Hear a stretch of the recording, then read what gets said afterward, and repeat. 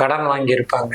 கடன் கொடுத்தவங்க என்ன பண்ணுவாங்க, மிரட்டுவாங்க. உங்களை அப்படி பண்ணிடுவோம், இப்படி பண்ணிடுவோம், நீங்க இல்லைன்னா உங்க பொருளை பிடுங்கிடுவோம், வீட்டை எடுத்துப்போம், நிலத்தை எடுத்துப்போம், இது மாதிரி பல்வேறு தொல்லைகளை கொடுப்பாங்க, பயமுறுத்துவாங்க. இது மாதிரி இருக்கிறவங்களுக்கு என்னடா நமக்கு வழியே ஏற்படலை, பணம் வரத்துக்கு வழியே இல்லை, இவங்க வேற தொல்லை கொடுக்குறாங்களே அப்படின்றதுக்கு பயப்படுவாங்க.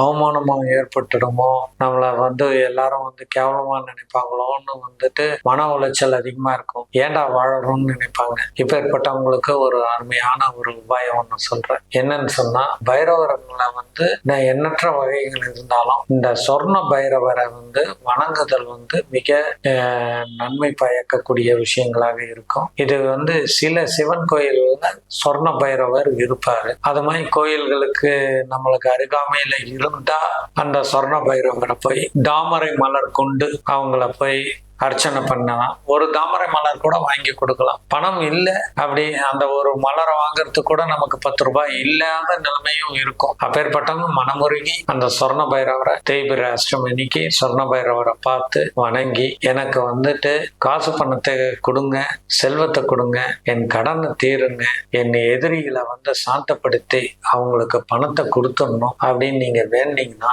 கண்டிப்பாக நடைமுறைக்கு வரும். அப்படி இல்லாதவங்க சொர்ண பைரவருடைய எந்திரத்தை வச்சு வீட்டிலேயே பூஜிக்கலாம். அப்ப அது தாமரை மலர் கொண்டு, செந்தாமரை மலர்களை கொண்டு அர்ச்சனை பண்ணலாம். நீங்க உங்களுக்கு தெரிஞ்ச மந்திரங்களை சொல்லலாம். அப்படி இல்லைன்னா சொர்ண பைரவ மந்திரங்கள் பொதுவாகவே கேசட்டாவும் இருக்குது. யூடியூப்லயே சில அன்பர்கள் ஏற்றி வைத்து இருப்பாங்க. அவங்கள்ட்ட பிளே பண்ணிட்டு நீங்க அமைதியா உட்கார்ந்து அதை காதால கேட்டு மனமுருங்கி பிரார்த்தனை பண்ணாலே போதும். கண்டிப்பாக கடன் தீரும், கடன் வளராது, கடனை அடைப்பீங்க.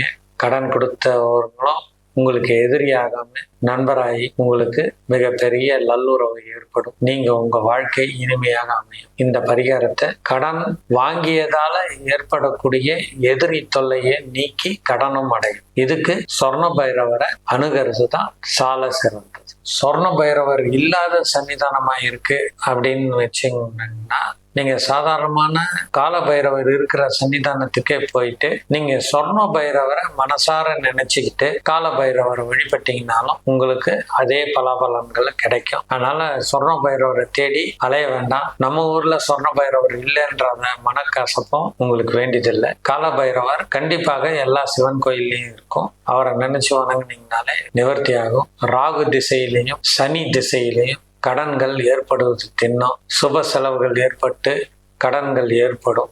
அதனால கேது திசையிலும் உண்டு. ராகு கேது சனி திசைகள்ல கடன்கள் ஏற்படுவது சகஜம். அந்த நேரத்துல சொர்ண பைரவரை வழிபட்டு கடனை நிவர்த்தி பண்ணுங்க.